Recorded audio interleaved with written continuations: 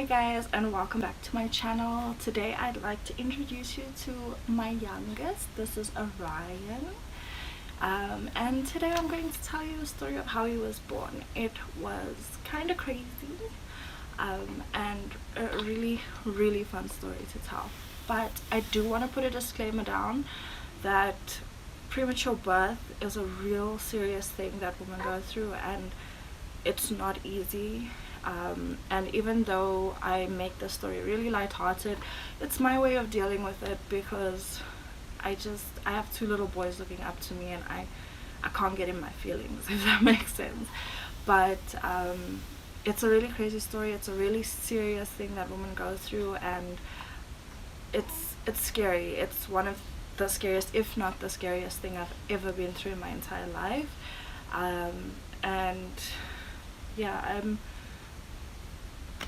I'm a bit nervous to tell this story because the more I talk about it, the more it kind of hits home and the harder it gets.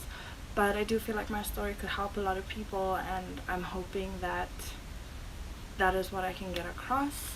It is a little bit of a crazy story. It's so crazy that it's hard not to laugh, because it's hard not to even imagine what really happened. Like, it's crazy. But I do want to share my story. It's taken me a long time to build up the courage to do that, but I'm finally here and I'm finally ready to go through this. But please don't think at any point that I'm trying to make premature birth seem like anything less than it is. It is a very difficult situation. It's a very hard situation. You will see also by the photos that I add that it's not something easy. It's not something that you can make a joke of, and that is not my intention at all. So let's move forward and I'll tell you my story. So I'm going to start at the beginning because you guys need a little bit of context. But in November 2019, I found out I was pregnant. We were really excited. We already have at that time he was a 2-year-old, and we really wanted to give him a sibling, so we were very happy. We hadn't exactly been trying, but we had left the birth control January 2019, and we were kind of like, whatever happens, happens. And then by November, I took a test and it was positive, and we were super excited, and we let all our family and friends know, and it was an exciting time. Now, I did have a little bit of a difficult pregnancy with my firstborn, and kind of thought to myself, like, it couldn't get worse than that, so it should be fine. Like, why? I'm not gonna even stress about this pregnancy. Boy, was I wrong. So basically everything was fine. I went to my first appointment the following week, and they told me I was 7 weeks pregnant, and everything looked good. Everything was fine. And then December came, and we went on our December vacation. I had no problems. It felt like a normal pregnancy. I was tired and all the general things that come with pregnancy. We had gotten back from our holiday on December 27th, and we got home and everything was fine. And that afternoon I went to the bathroom and I found out I was bleeding. So I had a threatened miscarriage with my firstborn, so to me it was like, this might just be something similar. It wasn't a lot of blood, so I wasn't too worried. We phoned the hospital and they said no, I should just come in to get checked. So that's what we did. We went straight to the hospital. They took me in and everything. They got me checked. They said that there's no signs of miscarriage and my cervix is still closed and everything, so everything should be fine. I just need to rest for like 3 days. We were like, okay, cool. Went home, kept my feet up for 3 days. Everything was fine, didn't do much. And then on the 31st of December was my mother-in-law's birthday, and so we decided like we would come through to Johannesburg to go have lunch with the family. Because I'd be sitting the whole time, we figured there wouldn't be any problems. So we got done and we drove through, and we had decided we were going to spend that whole weekend here instead of driving up and down. So we went for the lunch, and when we got to the venue, I went to the bathroom and noticed I was bleeding again. So it still wasn't a lot of blood, so I wasn't too worried. I thought maybe just a little bit of activity after sitting down for so long is maybe what started it. So I went and I told my husband and I told his auntie, just to be on standby if it does get worse, so that we can go to the hospital.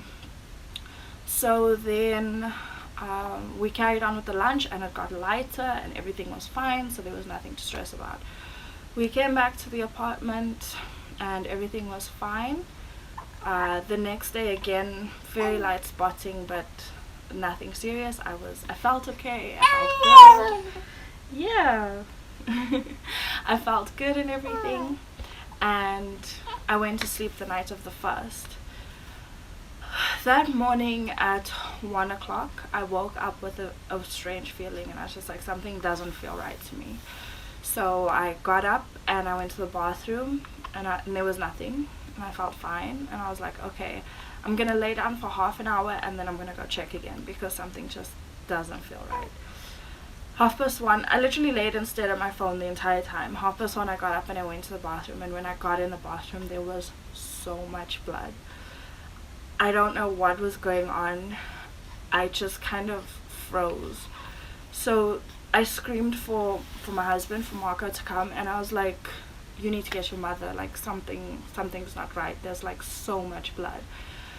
So he ran and he got his mom across the hall, and she came and I showed her like something's not right. So we like got ready and we called the hospital, and they said like, you're really far away, because we were about 45 minutes drive from the hospital. They said just go to your nearest. Bless you. Bless you. One more. Bless you. He always sneezes in threes. So the hospital said, no, go to your nearest emergency room, it's the safest option. So we ended up going to one of the hospitals closer by. Went to the emergency room. It was about 2:30 now.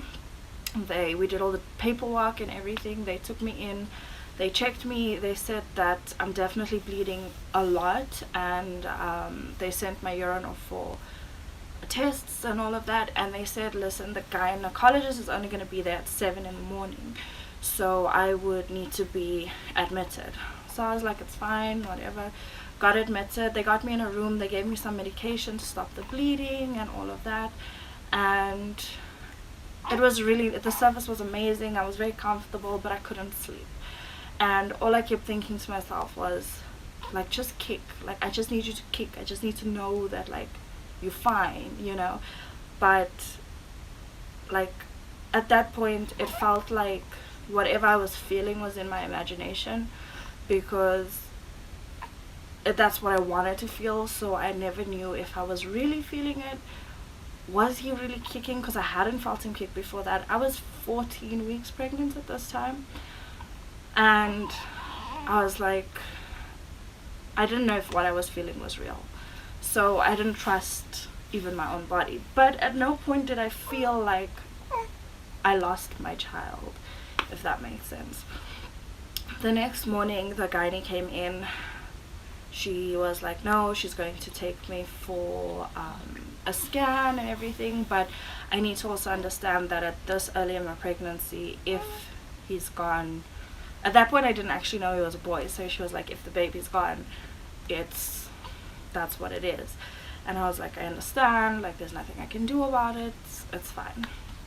So she then they took me in a wheelchair, they took me all the way to her room and everything. She did the scan and he was fine. He was moving around and carrying on, and she said there is nothing wrong here.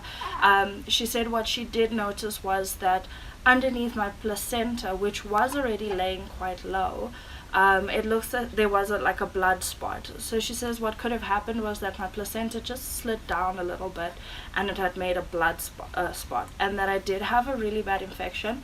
So she was going to give me medication for the infection. I must just rest and take it easy, and that if it happens again I must just come back. So I got my medication, all of that. They gave me like what do you call them, suppositories that I had to take that would help to stop the bleeding and all of that. And yeah, that's what that happened. I ended up coming home that day, everything was fine, I just rested. And now you have hiccups. let me just quickly take care of these hiccups. Okay, so at that point we had come home then, and everything was fine. I had no problems in my pregnancy from that point on. Everything was great. I was able to bake a bit, and COVID started and we went into lockdown, and I was at home, so I wasn't doing anything crazy. Everything was okay. At that point we had moved in by my mother-in-law and my father-in-law in Johannesburg, and we were staying with them. Do you have something to say? Oh my goodness. And we had been staying by them. So everything was fine in my pregnancy. We had been here a month and everything went well. No problems. And then everything just took a turn. And basically what happened is I went for my 30-week appointment in Pretoria. My father-in-law took me to my 30-week appointment, and I went and they said everything looked perfect. What they did tell me that was a bit strange is they had told me that my child had turned already. He was head down and everything, but they didn't seem worried. So I thought that was okay, because with my first child he was breech, so his head was on top the entire time, and that's why he had to be delivered by emergency C-section. So I didn't actually know what it meant really when they said that he had turned. My mother-in-law found it my mother-in-law found it very strange as well, but we kind of just were like, okay, maybe he just turned early. This was the Friday. They also told me that I had a really, really severe kidney infection and that they were going to put me on antibiotics. I said that's fine. They didn't do a scan or anything, and they just asked me a few questions, and that was it. I'm allergic to penicillin, which is in your generic antibiotics, so they had to prescribe me something more specific, and it was really expensive, and we had to buy that. And we came home and started taking my antibiotics that afternoon, and everything was okay. Saturday morning when I woke up, I started getting like really bad back pain, and it was still very like tolerable. I could still handle it. It felt like when an infection is leaving your body, like I didn't think it was anything serious. So I started getting these light pains, and I thought it was the antibiotics working the kidney infection out of my body. Saturday went on. I basically just rested the entire day. Sunday came, the pain got a little bit worse. So now I'm telling everyone, like, I'm just gonna lay in bed the whole day. The pain is really, like, it hurts, and it was uncomfortable at this point, and it was all in my back, right where my kidneys are. So this entire time I'm thinking, like, this infection is just, it must have been really bad, because it feels like it's being forced out almost. So I left it. Monday came, and the pain was unbelievable. It was, I didn't know what to do at this point. I was sitting and then standing and then jumping and then laying, and I didn't know what to do. So I was up and down the entire day. And then I was saying, by this time it was evening already, so everything was closed. So I told my husband, if this pain continues into tomorrow, like, I need to get to the doctor, because this isn't normal for a kidney infection. Like, this can't be right. So the whole time that he was rubbing my back and everything, and then 10 o'clock that night, Monday evening, all of a sudden, like, the pain just got intense. I felt the pain everywhere, from my back to my front to everywhere. So I had tried to go and take a shower, thinking that the warm water would help, and it did help a little bit.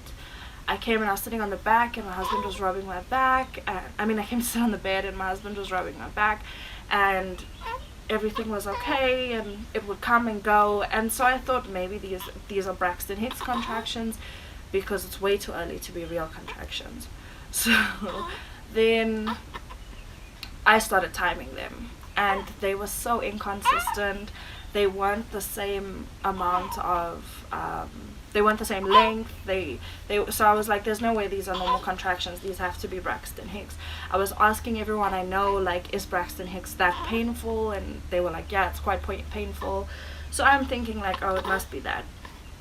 By 10:30, 11, I couldn't handle the pain anymore, and I had asked my husband to go get his mom, so because woman will know. And she came in and she helped rub my stomach. They made me tea to try and like calm me and everything, and I'm like, I couldn't lay. Every time I tried to lay in a specific position, it was so painful, and it felt like you could literally see him pushing up on my stomach. And I was like, something's not right, like this can't be right. The pain got worse. By 12, my mother-in-law was like, okay, it seems to have subsided, you seem calm, like I'm going to bed. So I'm like, okay, fine. At that point I could finally breathe again.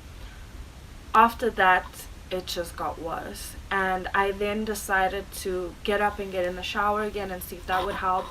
I was on all fours in the shower, like trying to get the water to just hit my back to like relieve this pain, and it got so worse that I literally had to crawl out of the shower right into the room. And at that point I put something loose on, and I tried everything I could try, and I said, something that's just, it doesn't feel right. So my husband went back and woke his mom up, and we said, something is wrong, like something doesn't feel right. And I kept needing to go to the bathroom the entire time. I kept needing to go pee, so I was constantly up and down going to the bathroom. And at this point it was probably about 1 in the morning, and I got up and I went to the bathroom, and when I looked, there was blood again. And to be honest, I felt like I was in two worlds, because according to everyone else, I was screaming and I was like, there's blood, there's blood, there's blood. And in my mind, I wasn't saying anything. I was just standing there like staring at this blood, like, I've lost him, like there's no way I'm going to have this child, like it's clearly like against me, I'm bleeding again, there's no way I could be having this child. Like I froze. In my mind I was completely frozen, but in reality I was freaking out. And so my husband had phoned the hospital and said, listen, she's bleeding again and we don't know what to do. And they're like, okay, no, come through immediately. So I hadn't even had my hospital bags packed or anything at this point. What's that? Okay. I didn't have anything packed at this point, like maybe just my toiletries and his bag. And I decided like, no, I need to go downstairs. So between contractions I got this spike of energy and I just ran down the stairs and went and sat on the chair, on the kitchen table, by the kitchen table on a chair.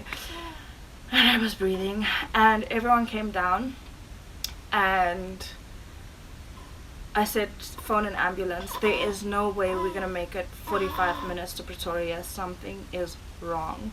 I said, phone an ambulance. So in the meantime, we were pulling out books to get the number for the ambulance and all of that, because we are new to Joburg. Nobody knew what the numbers were or anything.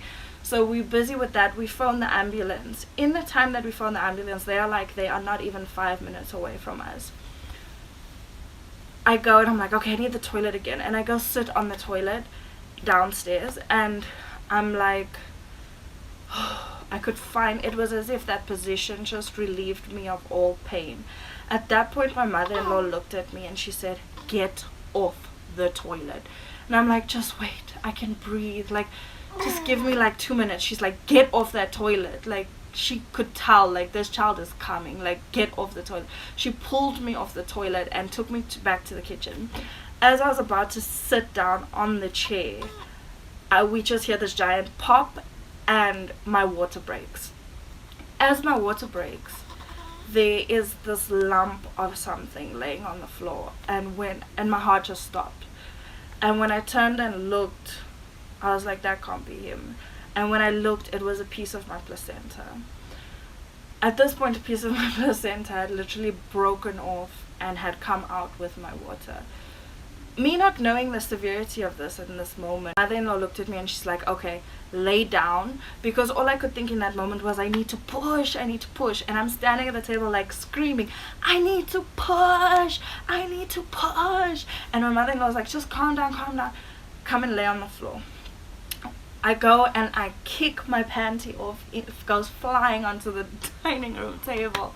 And I lay on the floor. At that point, my father-in-law was like, whoa. And he runs up the stairs to go and get towels. And we just see these towels being thrown down. At that point, my oldest had started crying. So he went to go and soothe him after throwing all these towels down. My mother-in-law had put a towel under me. She had covered me. There was just blood everywhere. At this point, my husband had, just before my water broke, my husband had gone downstairs to go meet the ambulance, the people from the ambulance, because we live in an apartment, so it's kind of complicated to get in here. So he had run down, and in this time, it literally took them 5 minutes from when he left. My water broke. I had laid down on the floor, 3 pushes in, and boom, he was born. As my mother-in-law literally took him out of me, she was still holding him. He was still attached by his umbilical cord to me. My head is laying facing the front door. We just hear the door open. And there it is, my husband and the 2 paramedics standing like. And all my husband could say was, oh man, I missed it. And I'm like, really? But I had screamed so loud during these 3 pushes that our neighbor had come knocking, thinking that we were being robbed. He literally came knocking, and we had to like chase him away, saying, she's in labor. And the neighbors 2 doors down had apparently called the police because they thought there was a domestic violence case going on in the house because I was screaming so bad. But after those 3 pushes and he was out, the first thing I said was, is he developed? Because that's all I could think. Like, is my child okay? Is he developed? Like, he's not supposed to come right now. And my mother-in-law looked at me and she said, he's perfect, Alicia. And I just was able to let out a breath. And the paramedics came in and they clipped the umbilical cord. And at this point, my mother-in-law had run to go grab a camera and started taking some pictures, which I'm really grateful for. And I'll insert the pictures here. But basically, she had got these beautiful pictures of him right after he was born. He ended up being born at 2:05 in the morning, and he was just beautiful. The paramedics then helped me birth my placenta, and they then put me onto the stretcher and they rolled me out to the ambulance.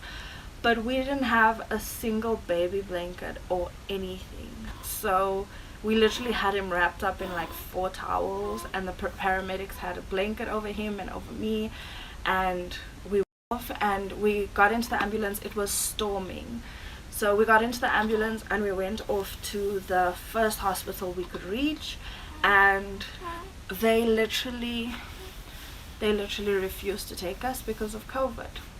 So I'm laying in this ambulance with this baby that is tiny, and this hospital wouldn't even take us to even just check if we were okay. So we left and we went to the next hospital. We got to the next hospital. This was about half an hour, 45 minutes later. We got to the next hospital. They also refused to take us.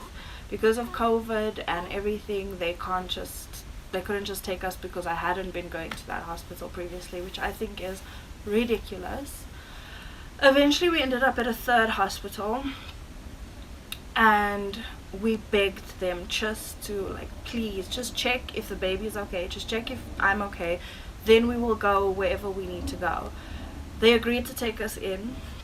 They checked him. They said he was fine, he was breathing, he was getting enough oxygen. I was fine. I was able to walk already and move around. Everything was okay. They charged us 7,000 rand just for that 15-20 minutes that we were there. So we paid that, and we left then to go to the government hospital because none of the private hospitals would take me, even though we said we would pay cash.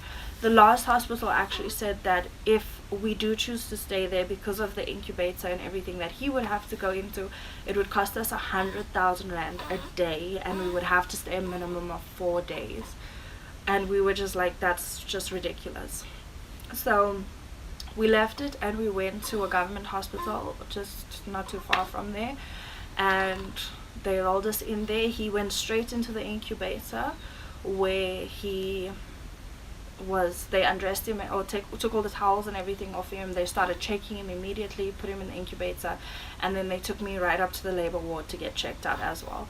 They then had to send my husband home, but my husband then left me with a giant bag that they had shoved a whole bunch of clothes in for me, his bag, and then I had all these like dirty towels and stuff, so it was insane.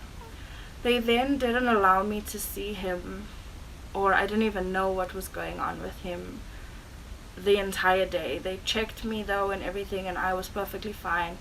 They then, at 2 o'clock in the afternoon, I had decided to ask someone to please go and see a student. It was a student nurse, to please just go and see if he was okay and if everything was fine.